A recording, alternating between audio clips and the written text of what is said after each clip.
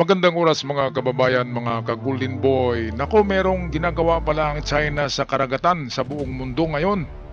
Ito ay ayon sa Wayon Indian News Channel na nag-anchor si Palki Sharma, kung saan ni-reveal niya na meron palang naimbento ang Chinese ngayon, ang China, na cable wire cutter. Cable wire cutter, ginawa nila para pamputol ng mga malalaking cable wire na nasa ilalim ng karagatan sa buong mundo. Kaya bakit sila nag-imbento ng pamputol imbis na pandugtong ang ating imbentuhin? Kasi maraming napuputol diyan na nadaanan ng mga barko na cable wire. Ang inimbento ng China ay pangputol ng cable wire. Kaya marami ang nababahala dito, baka gagamitin ito sa World War III na putulin ang mga koneksyon ng internet sa iba't ibang bansa para magkagulo-gulo, walang communication, di ba, mga kababayan? Kaya ito ang video para sa karagdagang detalye ng balitang ito, courtesy sa atin ng Wayon News Channel. This is a cross-section of a deep-sea data cable. It might look like plastic and metal, but inside are hair-thin glass fibers that carry most of the world's internet traffic. Messages, emails, even this video, they travel through these fragile lines stretched across the ocean floor. These are thick cables, but they are surprisingly easy to damage. One ship dragging its anchor can knock a cable out. In recent years, Russian ships have been spotted operating near undersea cable routes in the North Sea, raising concerns about sabotage and tampering. So, imagine what could happen if someone wanted to cut these cables on purpose. Ayan mga kababayan, paano na lang kung mayroong pumutol niyan? Ngayon sa buong sanlibutan, isang bansa lang ang nag-imbento ng pangputol. Walang iba kundi China. Ano ba talagang plano ng China? Bakit puputulin nila ang mga malalaking kable? Cable wire na yan ang nag-connect ng buong sanlibutan eh. Ang World Wide Web ay nangyari dahil sa mga nakabaon na cable wire sa karagatan. At kapag pinagpuputol-putol yan ng China, of course, wala nang communication ang Europe at kung anumang mga bansa ang gusto nilang putulan ng cable wire using submarine and robotic na mga submarino, at itong naimbento nila na pamputol sa ilalim ng dagat, ay sa panahon ng giyera ay parang mga bingit bulag na yung kalaban ng China dahil wala na nga communication, dahil napuputol na ang signal. Kaya magtaka nga tayo, paano nga pala tayo na-connect sa buong mundo? Yan ang tanong natin noon eh. Bakit ang internet ay buong mundo ay nakakonect na katulad ng spider web? Iyon pala sa ilalim ng karagatan natin ay parang grabe palang, dami palang cable wire diyan sa ilalim ng karagatan ng buong mundo, mga kababayan. At yan ang pinagdiskitahan ngayon ng China, pinag-initan, kaya nag-imbento sila ngayon ng pamputol. Kasi kung gusto nila na wala ng communication ang kalaban, di ba? Kung magkaroon ng giyera, ay pati mga computer nito ay talagang di ba? Makompromiso lahat ng kagamitan na nag-rely sa electronics at internet dahil sa pagputol ng mga kable. Okay, so patuloy tayo dito sa graphics. Napakagandang graphics nito, animation, at makikita talaga natin kung paano nakalatag sa pinakamalalim na parte ng karagatan itong mga kable na ito. In early 2025, China revealed another deep-sea robot, a literal cable cutter. Officially, it's meant to repair damaged infrastructure.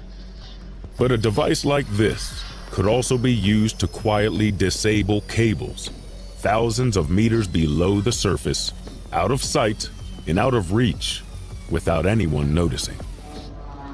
There's no proof it's ever been used that way, but the possibility alone is enough to shift how nations think about the deep sea. Beneath the ocean floor runs the nervous system of the modern world. Cables, sensors, and critical infrastructure stretch across the seabed, carrying our internet, global trade, and military communications. They're not science experiments. They're the modern world's lifelines. Ayan, so modern world lifeline, parang mga ugat siya, oh. Nag-connect-connect ng mga kontinente, ang haba-haba pala ng mga kable na yan, mga kababayan. Kaya diyan sa mga merong mga barko na inaangkla, 'di ba? Kapag may natamaan kayo na kable, huwag niyong putulin. Kasi importante ang mga kable na yan na mag-deliver ng ating mga mensahe through internet. Fiber optics yan, mabibilis yan eh. 'Di ba? Pag may ka-chat tayo sa Amerika, 'di ba? Mabilis makarating doon ang ating image, ang ating boses dahil sa mga kable na ito. At ang haba pala ng mga yan, grabe no. At milyones, hindi lang milyones, bilyones ang gastos niyan eh. Para lamang maglatag ng mga kable diyan tapos puputulin ng China. Talagang napakadesperado na ng China mga kababayan no, dahil sa alam nila na pagdating sa giyera, yung mga pinagmalaki nila ng mga aircraft carrier nila ay parang mga karton lang yan eh.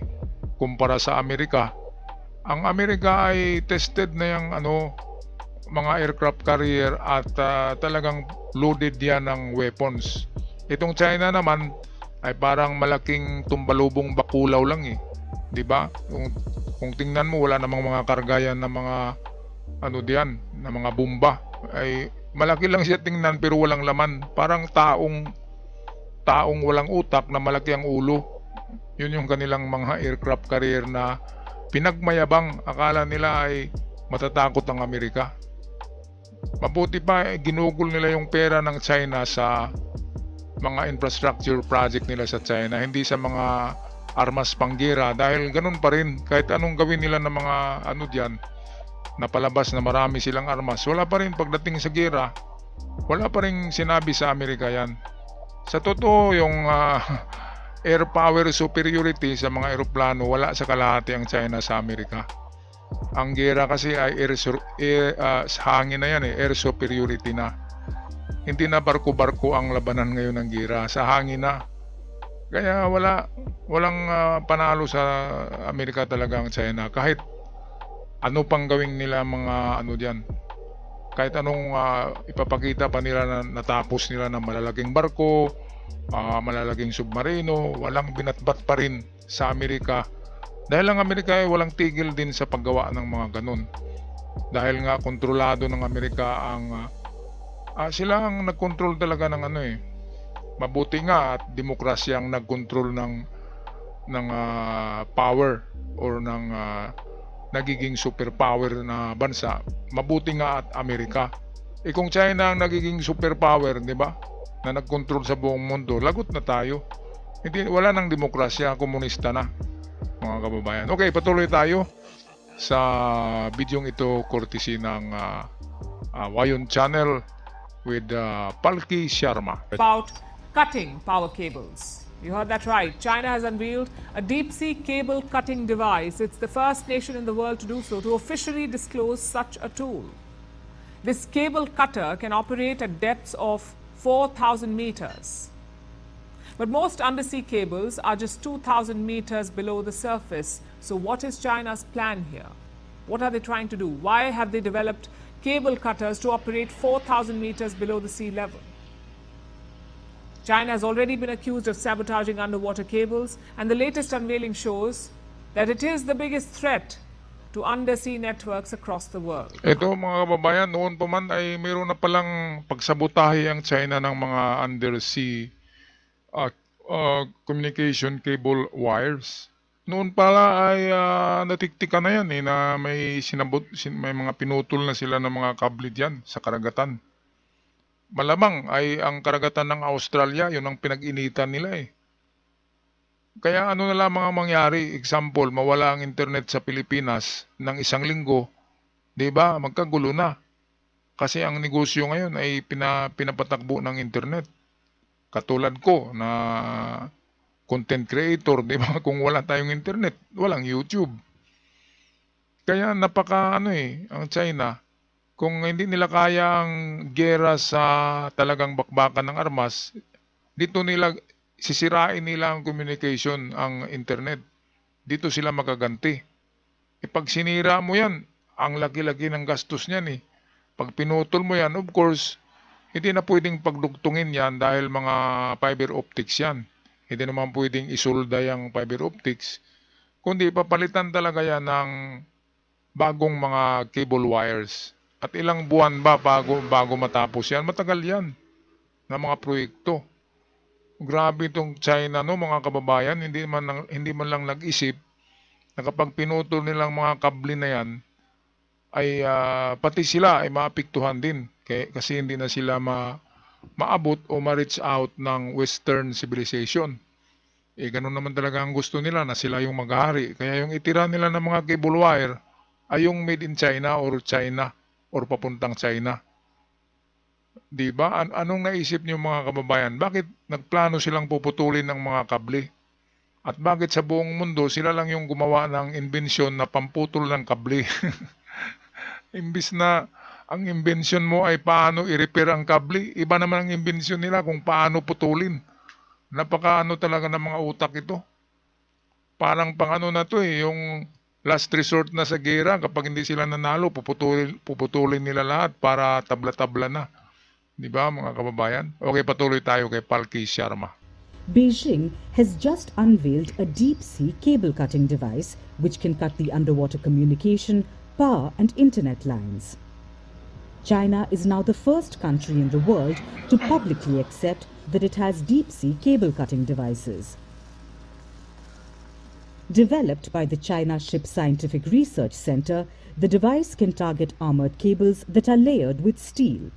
It can operate at depths of 4,000 meters, despite most undersea cables being at just 2,000 meters.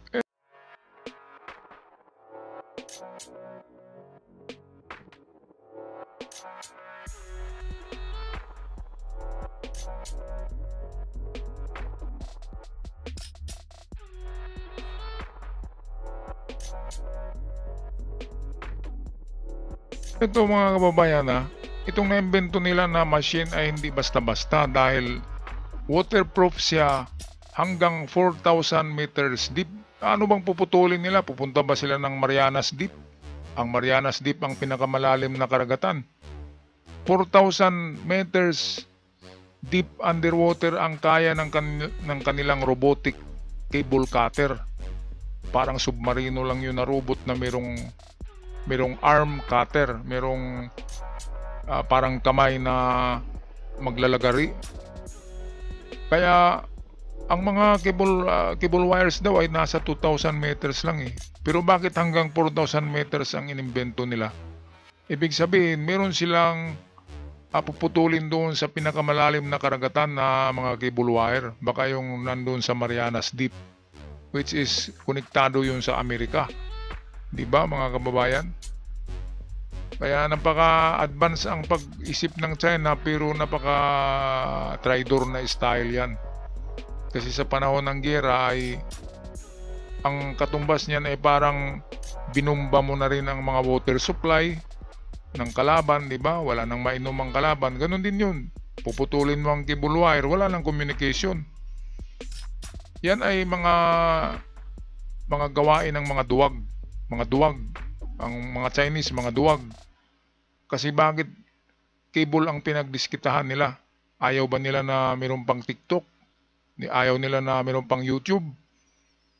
Well, ang lahat na yan ay para sa communication. Para kapag may gera ay hindi na makapag-communicate online ang lahat kasi ngayon ay naka-ano na eh, di ba? Naka-online na eh, di ba? Ang lahat ngayon kahit surveillance online na. Kaya kapag naputol lang mga kable na yan, ay parang mga bulag at mga bingi na ang mga tao. Wala nang guide. Kasi sa modernong gera ay guided by internet talaga ang mga sundalo. Kaya itong plano na ito ng China ay napaka only one of a kind ito. Wala nang iba pang bansa na nagplano na putulin ng mga kable. Tanging China lamang. Ang ibig sabihin yan, napaka ng mga utak ng mga Chinese na ito. Mga tuso, traidor at napakaduwag. Dahil ayaw magipaglaban ng harap-harapan, at sikreto lang nila na pagpuputulin, paglagariin yung mga kable na nakalatag sa karagatan.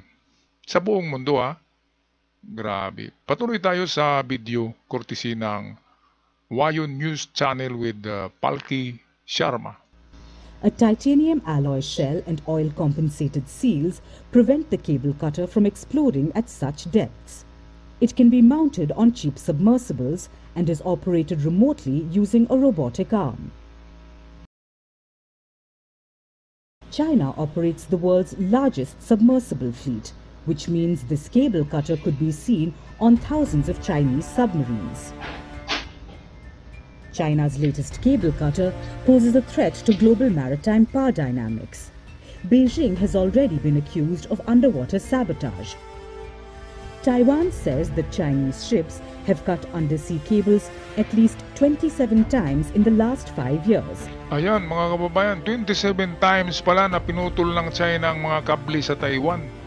Iwan lang natin sa iba't ibang parte ng karagatan ng buong sanlibutan, di ba? Kasi ngayon, nag-level up sila ng kanilang pangputol ay hanggang 4,000 meters deep ang kayang abutin ng kanilang robotic cable cutter. Yung robot na nagpuputol kasi 4,000 meters deep, hindi na yan maabot ng tao. Grabe mga kababayan. Anong masabi niyo dito? Paki-comment na lang mga kababayan, mga ka-Golden Boy. Bakit nga ba gumawa ng pangputol ng kakaiba talaga Ngayon lang yata nyo narinig na news ito na ang China ay imbis na gumawa ng mga bagong kanyon, bagong mga missiles, ngayon gusto nilang talunin sa internet ng Amerika, puputulin na lang ang mga kable. Lagot tayo niyan. Kaya paki-comment na lang sa ating comment section anong masasabi nyo sa mga inchik na ito na gumawa ng pamputol ng mga kable. At sa mga bago pa lamang sa channel ngayon nakabisita, huwag kalimutan mag-subscribe. Maraming salamat sa lahat. Hanggang sa muli.